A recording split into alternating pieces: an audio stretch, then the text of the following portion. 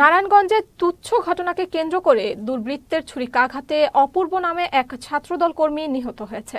এই সময় স্থানীয় জনতা সম্রাট নামে এক দুর্বৃত্তকে আটক করে গণপিটুনি দিয়ে পুলিশের সোপর্দ করে। রোববার রাতে শহরের চাষারা বালুর মাঠ এলাকায় এই ঘটনা ঘটে। ফতুল্লার মাসদাইর এলাকার বিএনপি নেতা খোকন মিয়ার ছেলে।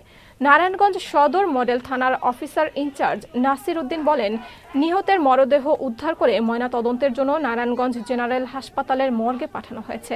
হত্যার সাথে জড়িত সম্রাটকে আটক করে পুলিশের হেফাজতে নেওয়া হয়েছে। এই ঘটনায় আরও কেউ জড়িত থাকলে তাদেরকে আইনের আওতায় আনা হবে।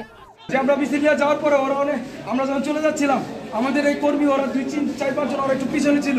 তো এই যে ঘাতক ও ওইখানকার এক মুরব্বীর সাথে তর্ক বিতর্কে লিপ্ত ছিল।